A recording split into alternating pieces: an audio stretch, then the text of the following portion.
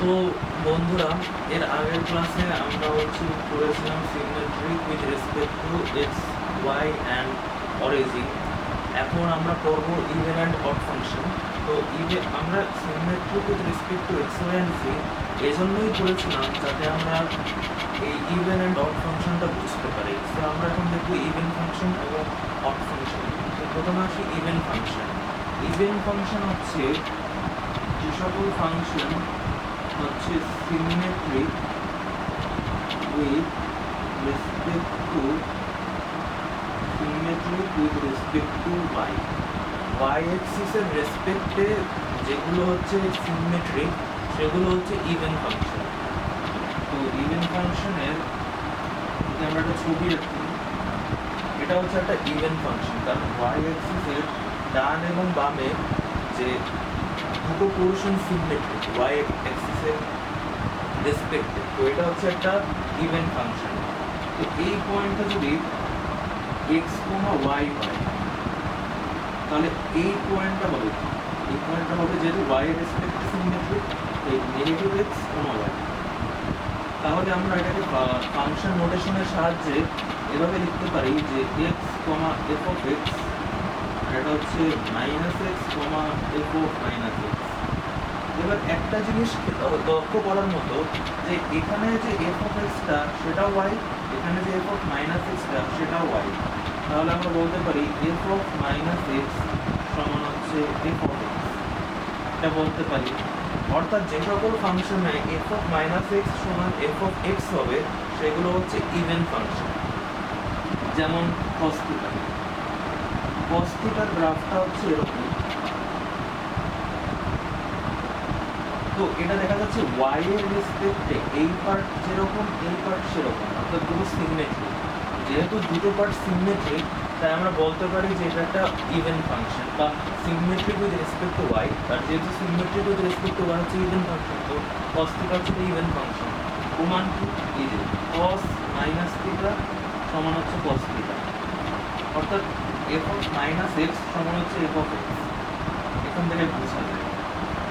এরকম আর একটা উদাহরণ হচ্ছে ফাংশন আকারে y equal x square plus one, বা এফ অফ এক্স সমান এক্স স্কোয়ার প্লাস ওয়ান। তো আমরা যদি এফ অফ নেগেটিভ এক্স বের করতে চাই, কি আসবে? মাইনাস এক্স তার হোল স্কোয়ার প্লাস ওয়ান, অর্থাৎ এক্স স্কোয়ার প্লাস ওয়ান, অর্থাৎ এফ অফ এক্স। অর্থাৎ আমরা কিন্তু এফ অফ মাইনাস এক্স থেকে আবার এফ অফ এক্স পেলাম, অর্থাৎ এফ অফ মাইনাস এক্স সমান এফ অফ এক্স। এই যে তাহলে এটা একটা ইভেন ফাংশন বোঝা গেল। এবার আসি আমরা অড ফাংশন। অড ফাংশনটা হচ্ছে ইভেন ফাংশনেরই মতো, জাস্ট এটা অড ফাংশনটা হচ্ছে just symmetric with respect to origin. অরিজিনের রেসপেক্টে এটা হচ্ছে সিমেট্রিক, অর্থাৎ 180 ডিগ্রি অপটেশনাল সিমেট্রিক। কীরকম? যেমন এটা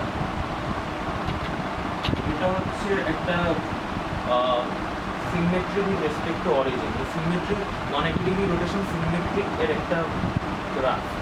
তো এখানে যদি এই পয়েন্টটা X comma F X comma Y হয়, তাহলে এই পয়েন্টটা যেটা সিমেট্রিক এটা সেটা কি হবে? নেগেটিভ এক্স নেগেটিভ ওয়াই, যেহেতু এক্স ওয়াই দুটো নেগেটিভ হয়ে যায়। তো আমরা এখানে এটাকে ফাংশন নোটেশন দিয়ে লিখতে পারি X comma F of X হচ্ছে negative X comma F of negative X. এবং এখানে আমরা স্বভাবতই বুঝতে পারছি যে এফ অফ এক্স আর এফ অফ মাইনাস এক্স দুটো কিন্তু সেম না, একটা ওয়াই একটা মাইনাস ওয়াই। তাহলে একটা যদি এফ অফ মাইনাস এক্স হয় আর একটা হবে মাইনাস এফ অফ এক্স, একটা যদি এফ অফ মাইনাস এক্স হয় আর একটা হবে F of minus F of x. তো এর একটা উদাহরণ হচ্ছে এই 1/x-টা। তো 1/x কেন একটা উদাহরণ? যদি আমি এফ অফ মাইনাস এক্স বসাই আসবে মাইনাস 1/x, যেটা হচ্ছে minus F of x. Same. আবার আর একটা উদাহরণ হচ্ছে সাইন থিটা। সাইন থিটা হচ্ছে একটা অড ফাংশন। কেন? সাইন থিটা তো এই গ্রাফ দেখি, এটার যে গ্রাফটা এটা হচ্ছে অরিজিনের যে রেসপেক্টে এটা হচ্ছে 180 ডিগ্রি রোটেট করালে এটা আবার সেম আগেরটাই পাওয়া যাবে। অর্থাৎ সাইন থিটা হচ্ছে আমাদের একটা অড ফাংশন, কারণ এটা symmetry with respect to origin. তো আমরা যদি সাইন মাইনাস থিটা বলি, তাহলে এটা হবে সাইন থিটা এবং তার আগে একটা মাইনাস, অর্থাৎ এফ অফ মাইনাস এক্স সমান মাইনাস এফ অফ এক্স। এটা হচ্ছে ইভেন অ্যান্ড অড ফাংশন। এখন কোয়েশ্চেন আসতে পারে যে symmetric with respect to x এর তাহলে কি করবো? এক্স এর রেসপেক্টে সিমেট্রিক যেগুলো সেটা হচ্ছে এরকম, এক্স এর রেসপেক্টে সিমেট্রিক, এক্স এর এক্সিসের উপরে নিচে সেম, বাট এটা কিন্তু ফাংশনের মধ্যেই পড়ে না, কারণ এটা ভার্টিক্যাল লাইন টেস্টকে এটা পাস করে না। তো এটা একটা ফাংশনই না, তাই ইভেন এবং অড ফাংশন যেহেতু, তো ফাংশনের মধ্যে এটা আসে না। এই জন্য ইভেন অ্যান্ড অড ফাংশন কোনোটাই symmetric with respect to x হবে না। তো আপাতত এ পর্যন্তই রইল। আমি একটু আশা করবো যে তোমরা আমাকে একটু গাইড করবা, মানে আমি আসলে অভিজ্ঞতা না এখানে, আমি খুবই আমি চেষ্টা করবো যতটুকু পারি সুন্দর করে বোঝানোর। তবে তোমরা যদি আমাকে একটু বলো যে কোথায় কি আমাকে একটু আর একটু আপগ্রেড করতে হবে এবং কোথায় আমার ভুল ত্রুটি, এগুলো একটু ধরিয়ে দিলে আমি তাহলে ওটা সুন্দর মতো বুঝতে পারবো, ওটা আমার একটা আয়ত্তে আসবে যে আমি এই ভুলগুলো করছি, এগুলো আমি আর করবো না। তো এগুলো একটু প্লিজ বলো, আর আমি চেষ্টা করবো যতটুকু পারি সুন্দর মতো প্রেজেন্ট করার। আর এছাড়া আর কিছু বলার নেই। তো আপাতত এই পর্যন্তই থাকুক, পরের ভিডিওতে আবার দেখা হবে ইনশাআল্লাহ।